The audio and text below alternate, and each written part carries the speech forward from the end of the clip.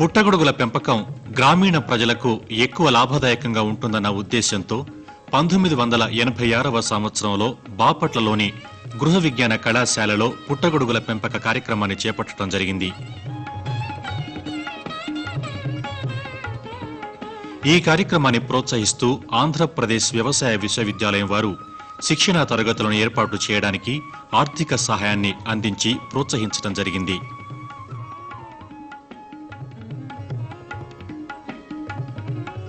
ఆహారోత్పత్తి మన దేశ అవసరాలకు అనుగుణంగా పెరుగుతున్న జనాభాను దృష్టిలో పెట్టుకుని నేటి ఆహార సమస్యను ఎదుర్కోవడం కష్టసాధ్యం. దీనిని అధిగమించాలంటే పోషక విలువలు కలిగి సులభంగా అందుబాటులో ఉండే ఆహార పదార్థాలను గుర్తించి ప్రచారం చేయవలసిన ఆవశ్యకత ఎంతైనా ఉంది. ప్రస్తుత పరిస్థితులలో పుట్టగొడుగుల పెంపకాన్ని కుటీర పరిశ్రమగా చేపట్టినట్టయితే గ్రామీణ ప్రజల ఆర్థిక స్తోమతను పెంచడానికి, ఆహారంలోని పోషక విలువలను పెంచడానికి, నిరక్షరాస్యులైన నిరుద్యోగులకు ఉపాధిని కల్పించడానికి ఎంతో సహకరిస్తుంది. ప్రపంచంలో 2000 రకాల పుట్టగొడుగులు లభ్యమవుతున్నాయి. భారతదేశంలో 200 రకాల పుట్టగొడుగులు లభ్యమవుతున్నాయి. కానీ 10-12 రకాల పుట్టగొడుగులను అనుకూల వాతావరణాన్ని కల్పించి శాస్త్రీయంగా పెంచవచ్చు. అయితే ప్రస్తుతం 3 రకాల పుట్టగొడుగులు ఎక్కువ వాడుకలో ఉన్నాయి. అవేంటంటే, 1 అగారికస్ బైస్పోరస్, దీన్నే బటన్ మష్రూమ్ అంటాం. 2వది వల్వరిల్లా స్పీషీస్, దీన్నే ప్యాడీ స్ట్రా మష్రూమ్ లేదా ఎండుగడ్డి పుట్టగొడుగులు అంటాం. 3వది ప్లూరోటస్ స్పీషీస్, దీన్నే ఆయస్టర్ మష్రూమ్ అంటే ముత్యపు చిప్ప పుట్టగొడుగు అంటారు. ఈ పుట్టగొడుగులనే ఉష్ణ మండలాల్లో పెరిగే పుట్టగొడుగులు అంటారు. పుట్టగొడుగుల పెంపకానికి కావలసిన విత్తనాలను స్పాన్ అంటారు. దీనిలో ముఖ్యంగా తెల్లని దారం లాంటి మైసీలియం, సబ్స్ట్రేట్లు ఉంటాయి. ఒక విధంగా చెప్పాలంటే మొక్కల విత్తనాలను మళ్లీ మొలకెత్తించడానికి ఎలా వాడుతారో అదే విధంగా పుట్టగొడుగులను పెంచడానికి ఈ స్పాన్ను ఉపయోగిస్తారు.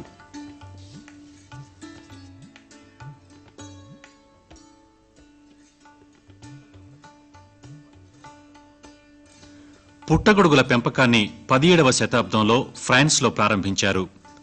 పుట్టగొడుగులలో అనేక రకాల పోషకాలున్నాయి. ఇవి సులభంగా జీర్ణమవుతాయి. కాబట్టి చిన్నపిల్లలకు, వృద్ధులకు కూడా ఆహారంగా ఇవ్వవచ్చు.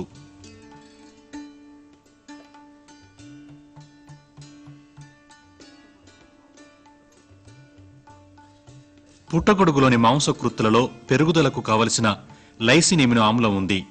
వీటిలో నీటి శాతం 88 నుంచి 90 దాకా ఉంటుంది. బి గ్రూప్ వైటమిన్లలో నయాసిన్, ప్యాంటోథెనిక్ ఆమ్లం, ఫోలిక్ ఆమ్లం ఎక్కువ మోతాదులో ఉన్నాయి. ఫోలిక్ ఆమ్లం రక్తహీనతను తొలగించడానికి ఉపయోగపడుతుంది. ఒకప్పుడు పుట్టగొడుగులు ధనవంతుల ఆహారంగా పరిగణించబడేది. కానీ పుట్టగొడుగుల పెంపకంలో చాలా మార్పులు వచ్చి ఇప్పుడు సామాన్యుడికి కూడా అందుబాటులో ఉన్నాయి. పుట్టగొడుగుల్లో థయామిన్, రైబోఫ్లెవిన్ కూడా ఎక్కువ మోతాదులో ఉండి బెరిబెరి వ్యాధిని, పెదవుల పగుళ్లను అరికడుతుంది.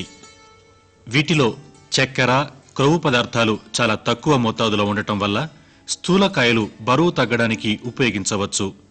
చక్కెర తక్కువగా ఉండటం వల్ల మధుమేహం వ్యాధి ఉన్నవారు, కొలెస్ట్రాల్ లేకపోవడం వల్ల రక్తపోటు ఉన్నవారు కూడా నిరభ్యంతరంగా పుట్టగొడుగులను వాడవచ్చు.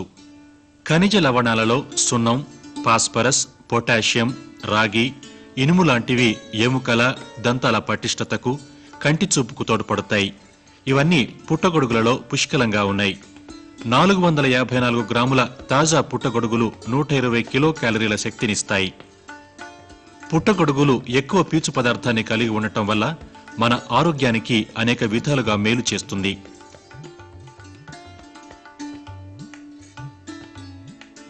ప్రస్తుతం పుట్టగొడుగులను లైఫ్ సేవింగ్ డ్రగ్స్ అంటే ప్రాణాలను కాపాడే మందులలో, క్యాన్సర్ను తగ్గించే మందులలో వినియోగించడం జరుగుతున్నది. పుట్టగొడుగుల ఫ్రూటింగ్ బాడీ ఈ విధంగా విభజింపబడింది: క్యాప్, గిల్స్, కాండం, మైసీలియం.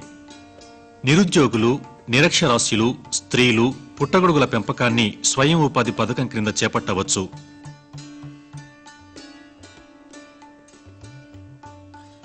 ప్రభుత్వము, జాతీయ బ్యాంకులు తగిన రుణాలు ఇచ్చి సహాయం అందచేయడానికి అవకాశాలు కల్పించాయి.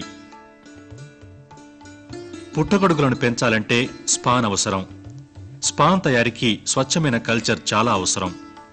ఏ విధమైన కలుషితం లేకుండా కల్చర్ను తయారు చేసినప్పుడే పుట్టగొడుగుల పెంపకం లాభదాయకంగానూ సులువుగానూ చేయగలం.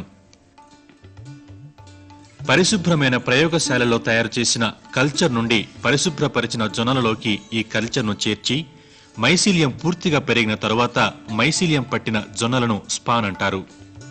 ఈ విధంగా తయారు చేసిన స్పాన్ పుట్టగొడుగుల పెంపకానికి ఉపయోగపడుతుంది.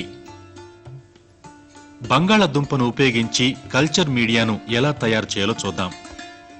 250 గ్రాముల బంగాళదుంపలను శుభ్రంగా కడిగి తోలు తీసి చిన్న ముక్కలుగా చేయాలి. 1 లీటర్ డిస్టిల్ వాటర్లో మెత్తగా అయ్యేంత వరకు ఉడకబెట్టి చీజ్ క్లాత్ ద్వారా వడకట్టాలి.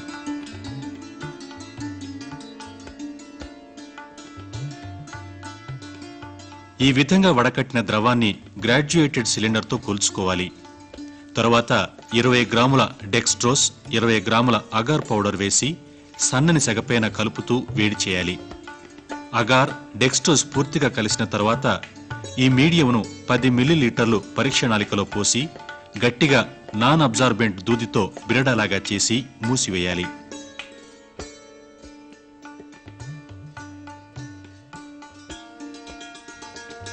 ఈ పని చేసేటప్పుడు చేతులు, ప్రయోగం చేసే స్థలం, పుట్టగొడుగులు శుభ్రమైన రెక్టిఫైడ్ స్పిరిట్తో శుభ్రపరచాలి.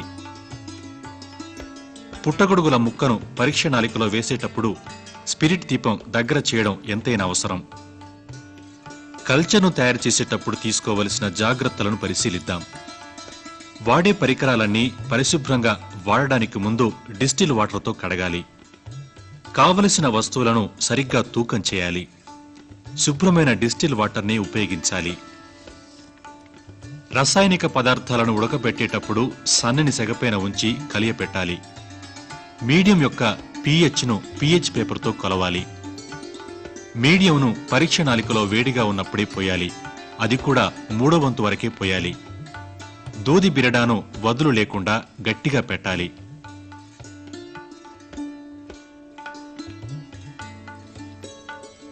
స్టెరిలైజేషన్ జాగ్రత్తగా చేయాలి. స్టెరిలైజేషన్ అయిన తర్వాత పరీక్ష నాళికను వేడిగా ఉన్నప్పుడే ఏటవాలుగా ఉండేటట్లు అమర్చాలి.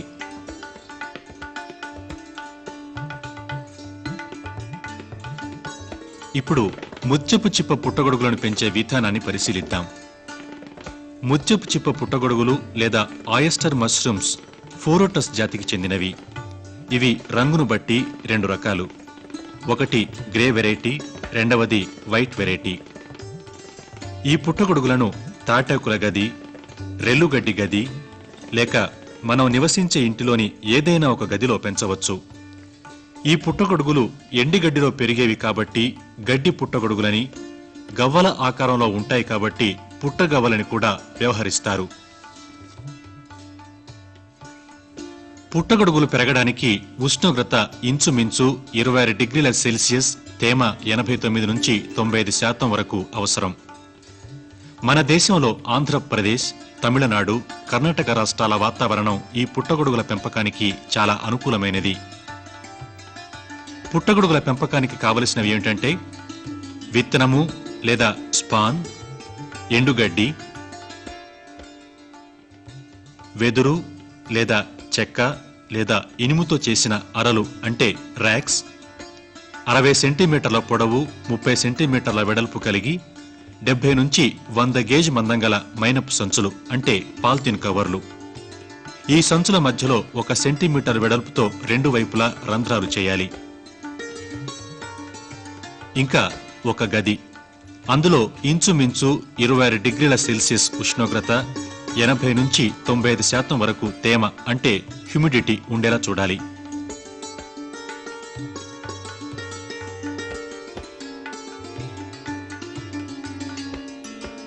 ఇంకా గదిలో అరల మధ్య కట్టడానికి గోనె సంచులు, ట్రైన్ దారం, డిటర్జెంట్ పౌడర్ లేదా సబ్బు, ఇనుప చువ్వ, ట్రే లేదా బేసిన్ కావాలి. పుట్టగొడుగుల ఉత్పత్తి గురించి ఇప్పుడు చూద్దాం. ఎండుగడ్డిని 3 నుంచి 4 సెంటీమీటర్ల పొడవులో ముక్కలుగా చేసి మంచి నీళ్లలో 12 నుంచి 14 గంటలు నానబెట్టాలి.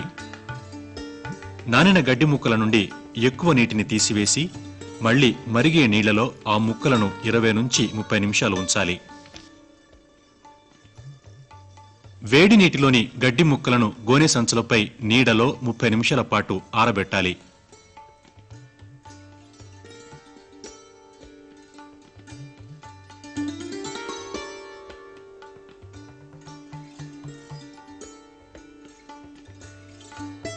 చేతులను, ట్రే లేదా బేసిన్ను, ఇనుప చువ్వను సబ్బు నీటితో శుభ్రపరచాలి.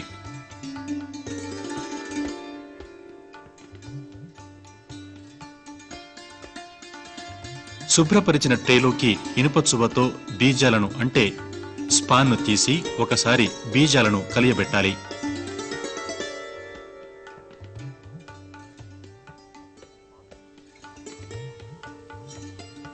పాల్తీన్ సంచి అడుగు భాగంలో 1 అంగుళం స్థలం వదిలి ట్వైన్ దారంతో కట్టాలి. ఇట్లా కట్టినట్టయితే సంచి సరిగ్గా కూర్చుంటుంది.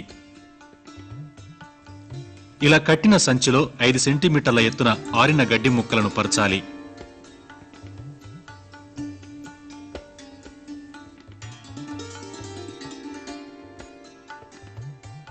ఇదే విధంగా గడ్డిని, బీజాలను సంచిలో 3-4 వరుసల్లో అమర్చి పాల్తీన్ సంచి మూతిని గట్టిగా దారంతో కట్టాలి. ఇలా కట్టిన సంచులను బెడ్స్ అంటారు. ఈ బెడ్స్ ను కొయ్య అరల్లో అమర్చవచ్చు లేదా వేళ్లాడ కట్టొచ్చు.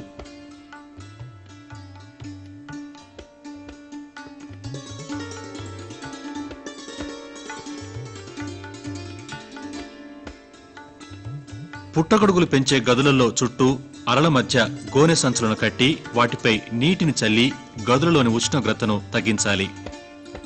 తెల్ల ముత్యపు చిప్పల పుట్టగొడుగులకు బీజాలు వేసిన 10 రోజుల తర్వాత, గ్రే కలర్ పుట్టగొడుగులకైతే 12 రోజుల తర్వాత పాల్తీన్ సంచులను నిలువుగా కోసి సంచులను తీసివేయాలి.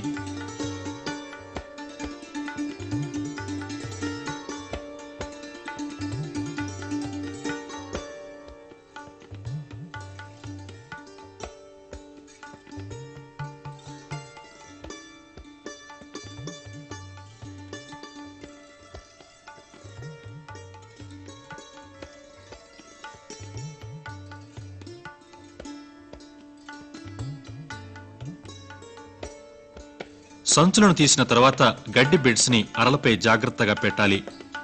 బెడ్స్ చుట్టూ తెల్లని మైసీలియం అల్లుకొని ఉండటం వల్ల బెడ్ ఒక ముద్దలాగా ఉంటుంది. పాల్తీన్ సంచులు తీసివేసిన 3-4 రోజులలో పుట్టగొడుగులు మొలకెత్తి 2-3 రోజులలో బాగా పెరుగుతాయి. ఒక్కొక్క బెడ్ నుండి 3-4 సార్లు పంట వస్తుంది.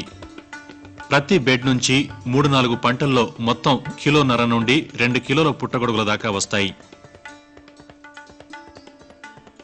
పంట అయిపోయిన తర్వాత బెడ్స్ ని ఎరువుగా వాడవచ్చు. పుట్టగొడుగుల పెంపకంలో తీసుకోవలసిన జాగ్రత్తలేంటంటే బెడ్స్ కి చీమలు పట్టకుండా చూడాలి. ఉష్ణోగ్రత, తేమ తగినంత ఉండేటట్లు చూడాలి.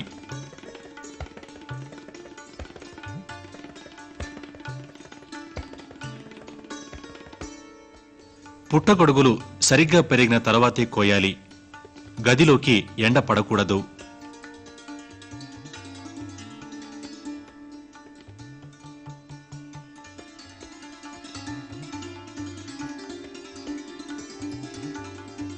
బెడ్స్ నలుపు రంగు గాని లేక ఆకుపచ్చ రంగులోకి గాని మారినట్టయితే వెంటనే ఆ బెడ్స్ ని పారవేయాలి.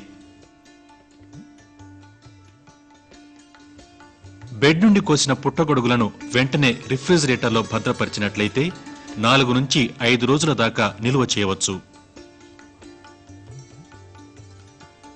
పుట్టగొడుగులను ఎండబెట్టి గాని లేదా క్యానెడ్ అంటే డబ్బాలలో నిల్వ ఉంచి గాని వాడుకోవచ్చు. వీటిని పచ్చళ్ల రూపంలో కూడా చాలా కాలం నిల్వ చేయవచ్చును. పుట్టగొడుగులు పెంచడంలో లాభాలేంటంటే పెంచే విధానం చాలా తేలిక, తక్కువ ఖర్చు, ఆర్థిక లాభం ఎక్కువ, అంతర్జాతీయ బజారులో స్థానం ఎక్కువ, పోషక విలువలు కూరగాయలు పండ్లలో కంటే ఎక్కువగా ఉంటాయి. కూరగాయలు, పళ్లలో కంటే ఎక్కువ ప్రోటీనులు, ఖనిజ లవణాలు ఉండటం చేత పుట్టగొడుగులు శరీర పోషణకు శక్తివంతమైన ఆహారం. క్రొవ్వు, చక్కెర లేని ఏకైక ఆహారం పుట్టగొడుగులు. మధుమేహం, రక్తపోటు, గుండె జబ్బులు ఉన్నవారికి ఇది చక్కటి ఆహారం. పుట్టగొడుగులు శాకాహారం. వీటిని అన్ని ఋతువులలో పెంచవచ్చు.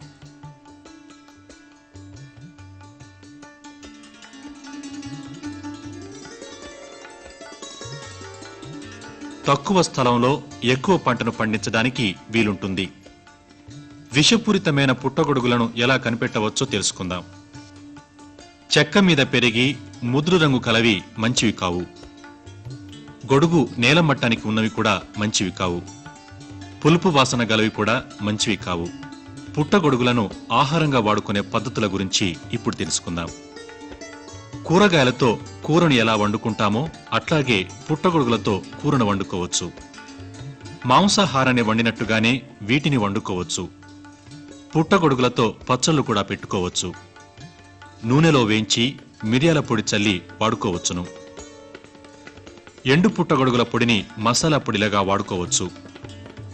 అంతర్జాతీయ హోటళ్లలో పుట్టగొడుగుల సూప్ చాలా ప్రసిద్ధి. పుట్టగొడుగులను ఇతర కూరగాయలతో లేదా నూడిల్స్తో కూడా వాడుకోవచ్చు. అంతేకాదు, పుట్టగొడుగులతో వివిధ రకాల పులావ్ చేయవచ్చు. ఈ పుట్టగొడుగుల పెంపకానికి ప్రభుత్వము, అధికారులు, వ్యవసాయ విశ్వవిద్యాలయాలు తగు రీతిలో ప్రోత్సాహాన్ని అందిస్తున్నాయి. ఈ విధంగా ఆంధ్రప్రదేశ్లోని నిరుద్యోగులు, మహిళలు, రైతులు అతి తక్కువ ఖర్చుతో పుట్టగొడుగులను పెంచి ఆర్థిక పరిస్థితితో పాటు ఆరోగ్యాన్ని కూడా పెంపొందించుకోవచ్చు.